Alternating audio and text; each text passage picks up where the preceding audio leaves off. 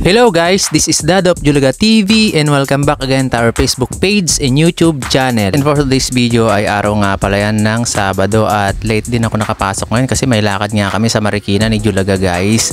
Ayan, at kita nyo naman iba't iba yung mga ginupitan natin. Napakagugwapo na mga ginupitan natin yan. And Saturday nga pala yan guys ha. Yan, and maulan ngayong Saturday, then bukas, kinabukasan, Linggo, hindi rin ako pumasok dahil nga meron tayong church day. Unahin muna natin si Lord, ayan, magpuri sa kanya para mas maganda yung blessing na ibibigay niya sa atin. Ayan, papalitan niya yan yung mga linggo na yan or ano mga araw na nawala sa'yo basta inuna mo siya. Then napakapupogi pala talaga ng mga client natin, ano, kung ang mga ginugupit nila mga faded. Kumbaga low fade, mahilig yung mga low fade dito guys sa amin. Low fade, mid fade, hanggang ganyan lang, bihira lang yan talaga yung mga nagpapaganyan semi papinya yung kay Idol.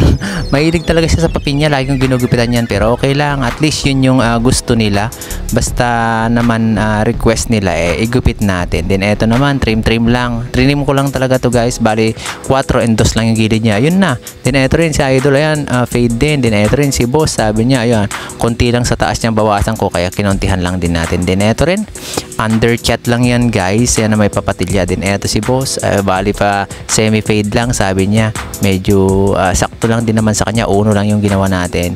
Ayan, kita niyo mga batang, mga chikiting yung ginagupit natin, mga estudyante yung mga yan guys, pero bagay na bagay sa kanila. Ayan, kasama nila yung mga magulang nila pag nagpapagupit. Then kita nyo naman, mga ganyan lang, chill haircut lang tayo guys. Ayan, kasi nga Sabado ngayon, alam mo na, bag Sabado chill haircut lang yan.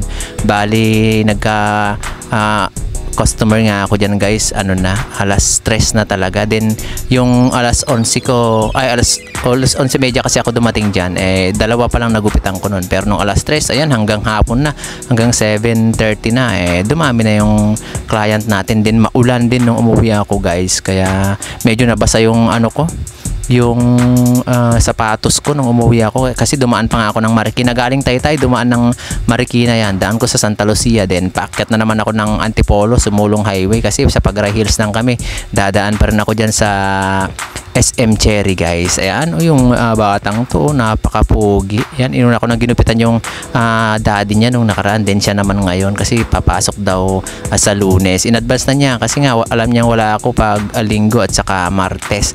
Ang pasok ko kasi Lunes, then Merkules, Webes, Biyernes, Sabado. Ayan guys, yung pinakapasok ko.